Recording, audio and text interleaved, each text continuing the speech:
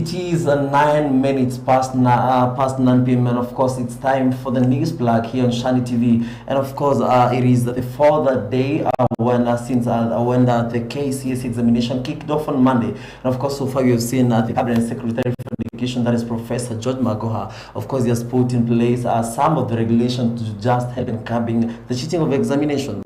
Well, here at SHANI TV, we are still wishing all the KCSE candidates all the best, even as they continue to sit for their KCSE examination. Without much ado, let's go straight to the news. My name is Neema Titus. And my name is Gonjo Maina.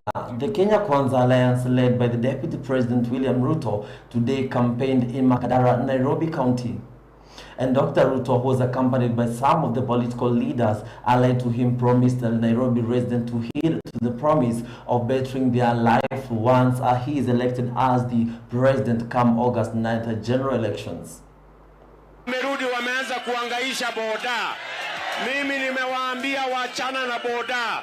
Hawa ni wafanyi biashara kama wale wanafanya biashara kwa mabenki.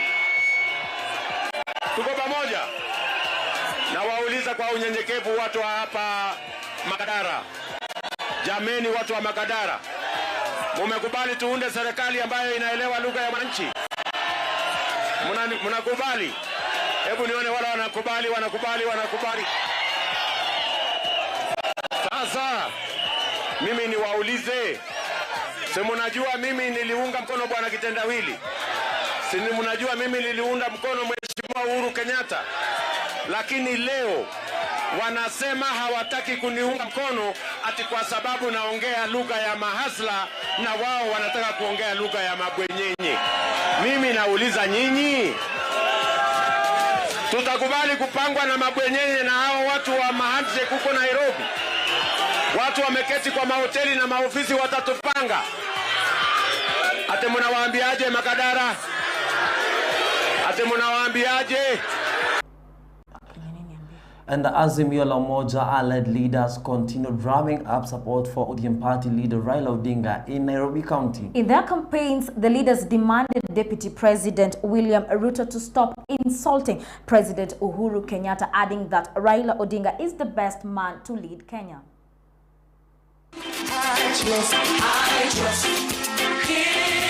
Lazima viongozi wote, MCA, MP, Senator, Governor wawe katika azimio.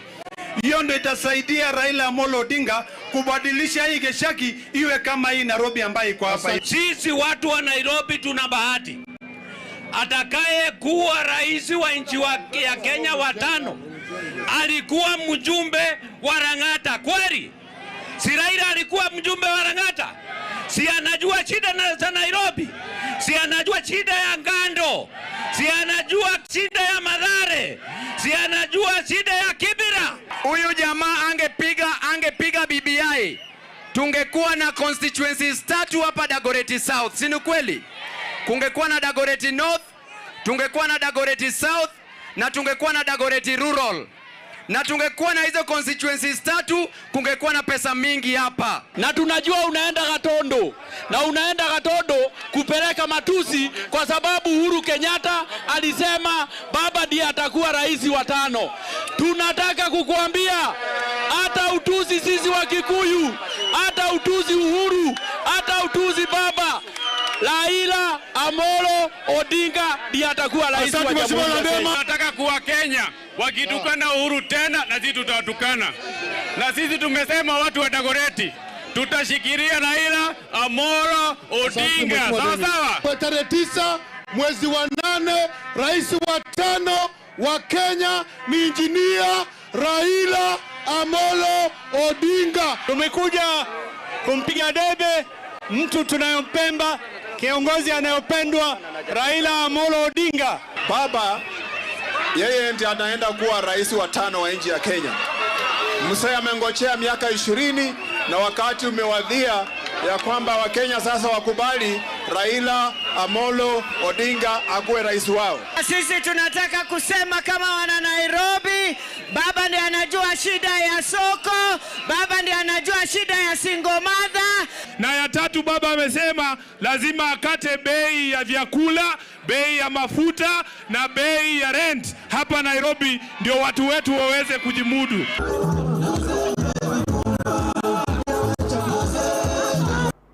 Well, moving on to the education sector, speaking of the opening of the KCSE examination papers in Nairobi County, Minister Magoha said that the reported cases have been dealt with.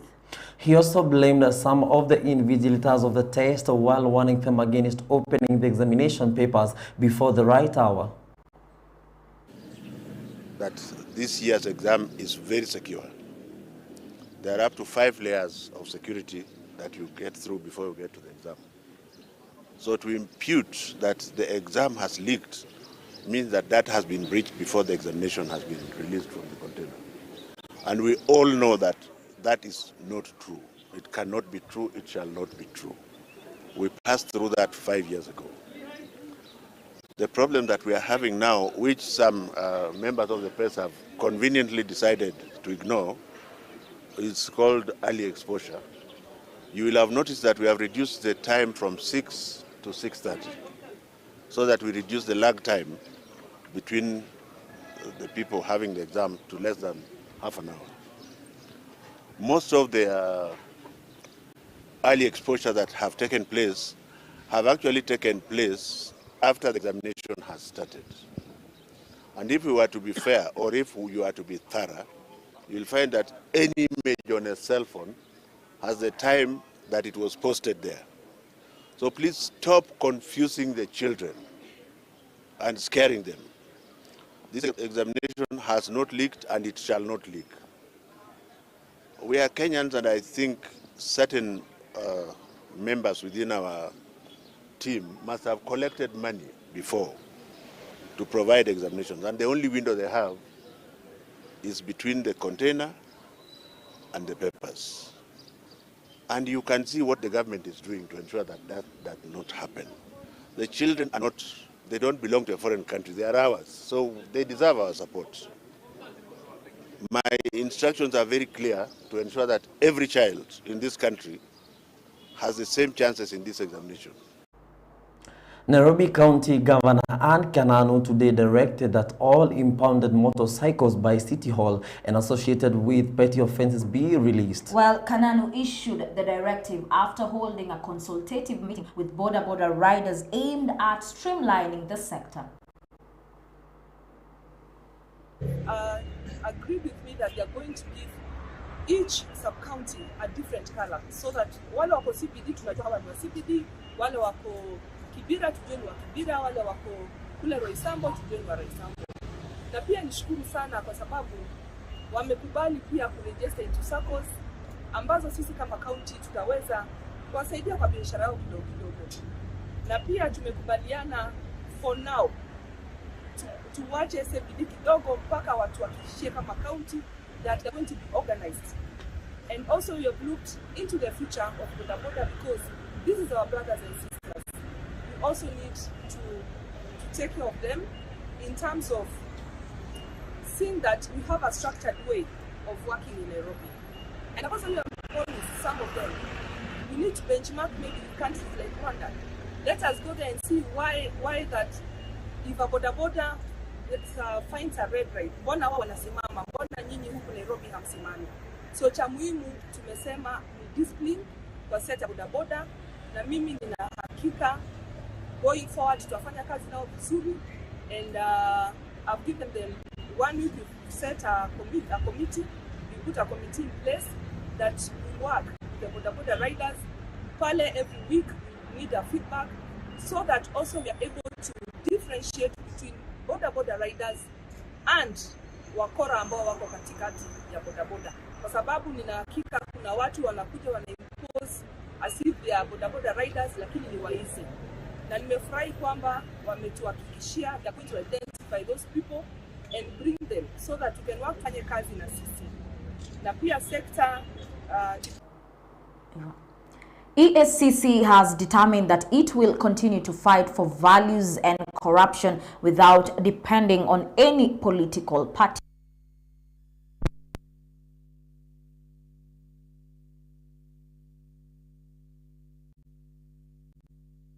us to engage in an in-depth analysis of the best practices and innovations to improve our efficacy and efficiency in fighting corruption. An important cog in this fight against corruption is spreading public awareness.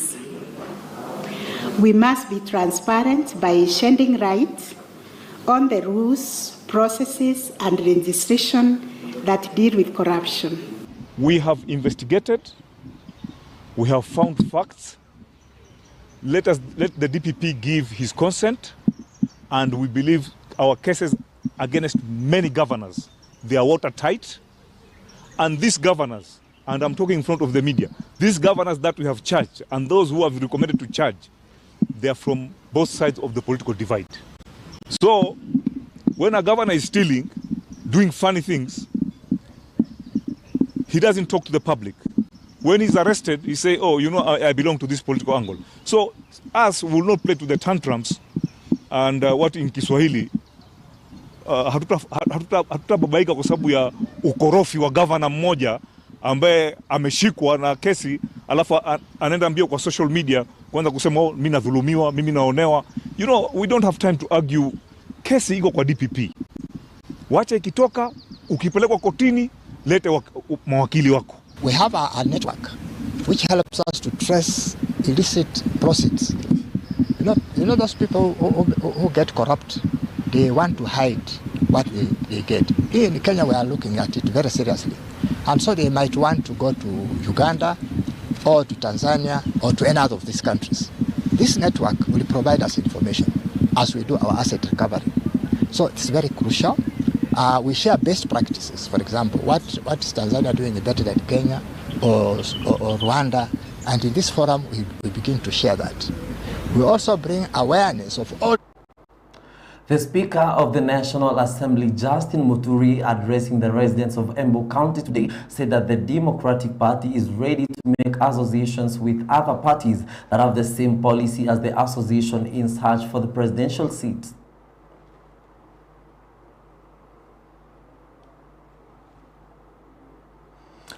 And the book publishers now have called on the government to put in place strategic plans to assist in the publication of counterfeit books in the country. Well, the publishers have requested the government to deal with the characters that publish the books because these books are expensive in stores and therefore depriving them of the opportunity to profit the books.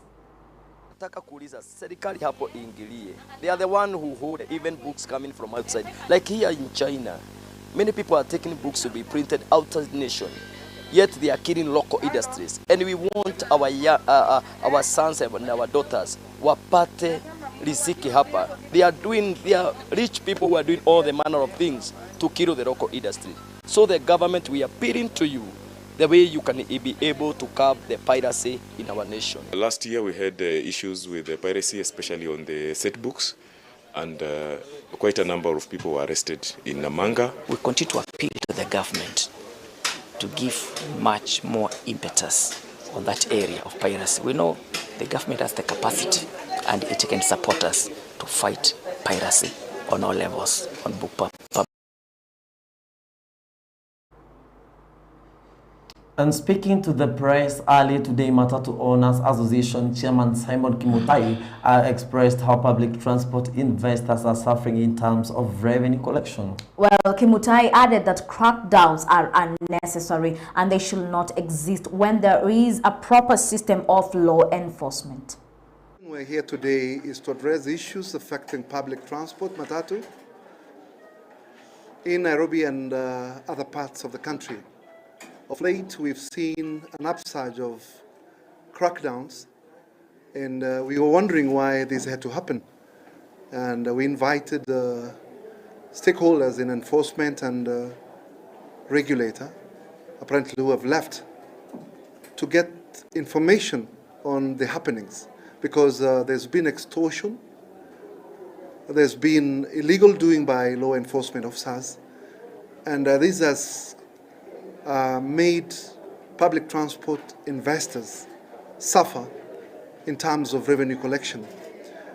Crackdowns are unnecessary, and crackdowns should not exist when there is proper system of law enforcement, because we have policemen every day on the road. Why should they crack down and yet they see these vehicles on a daily basis? The excuse was there was an upsurge of crashes on our roads. We asked for data to know how many of these deaths on our roads are associated to public transport. Apparently, we are ranked all very low as opposed to other transport providers. Private vehicles took this border and lorries. Apparently, we became an easy target because of our fluid position. We are all the time having money in our vehicles, and we see this as the mischief for the crackdown turning out to be a Matatu crackdown alone. But we are told it was supposed to be any vehicles, be it tuk-tuk or be it taxis or lorries on our roads. Then we became an easy target. So today we had to... More than 400 children and young people are benefiting from the Garissa County program. The testing and treatment program has been developed with Safaricom funding to help people with diabetes. The program, which started 3 years ago, aiming the targeted audience to continue receiving medication and other facilities, that is including community health workers in 60 communities to assist patients in that initiative. And on our international news tonight, a powerful earthquake has been recorded in northeast Japan and is reported to have cut power to 2 million homes. Well, the tremor was recorded at magnitude 7.3 and in some areas is said to have reached 6+ on Japan's shaking intensity scale, making it too forceful for people to stand.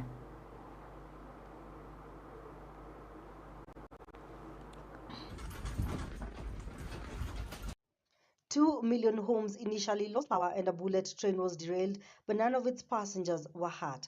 The Japan Meteorological Agency lifted a tsunami warning on Thursday morning. The magnitude 7.4 quake was in the same area as the one which caused the 2011 Fukushima nuclear disaster, but it was not damaged this time. In some areas, the earthquake was too forceful for people to stand, and buildings rattled in the capital, Tokyo. Officials have warned of possible aftershocks in Fukushima, Miyagi, and Yamagata prefectures. TV.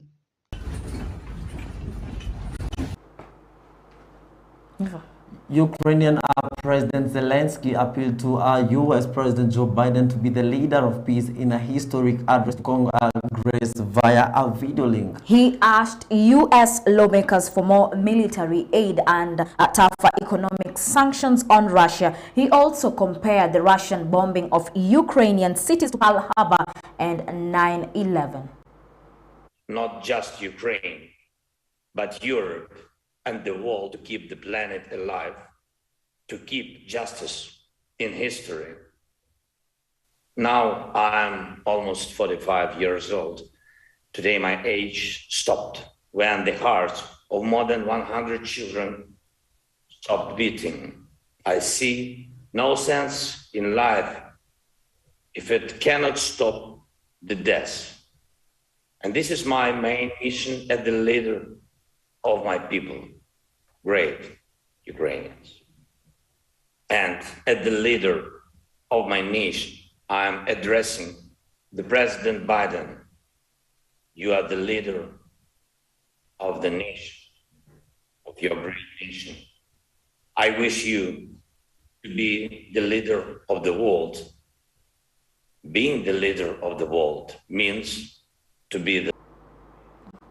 Across Africa, countries have been feeling the heat of rising commodities from the war in Ukraine. First to be affected were fuel prices after Russia was sanctioned by the international market. African countries produce significant volumes of oil but have limited refining capacity, and some airplanes have also to cancel some flights due to shortage of jet fuel.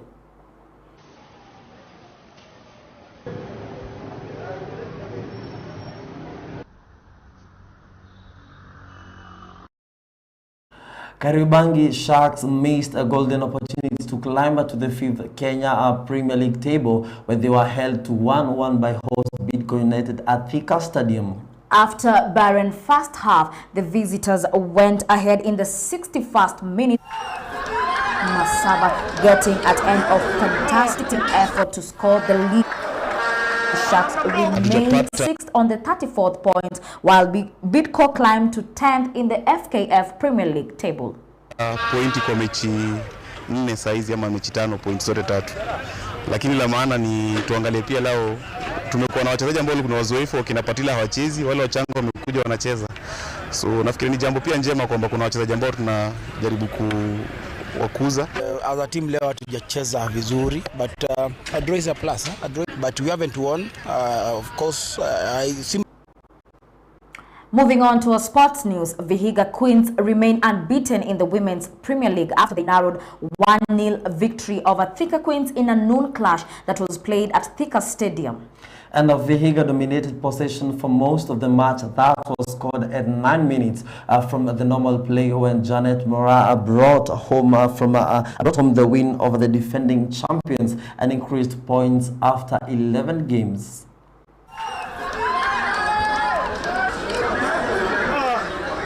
Na bado tumebaki tu na wale wachezaji wetu wenye tulikuwa nao, na tena tunawahimiza wazidi kufanya vyema in that waende nje, sababu wale wameenda at least naweza sema wamemotivate wenye wamebaki. Ulifika kwa 18 kila mtu ana watch, then tutapigwa counter kwetu, so lazima tuwakie on strike na hiyo finish. And of course, being 30 minutes past the hour, thank you very much for tuning in. And of course, to the ones who are continuing the examinations tomorrow, as we said earlier on at the beginning of our show, all we just wish them is all the very best in their KCC examinations. Yeah, thank you for tuning in to News Plug here at SHANI TV, 9 p.m. news. My name is Anema Titus. And my name is Gonjo Maina. Have a lovely night.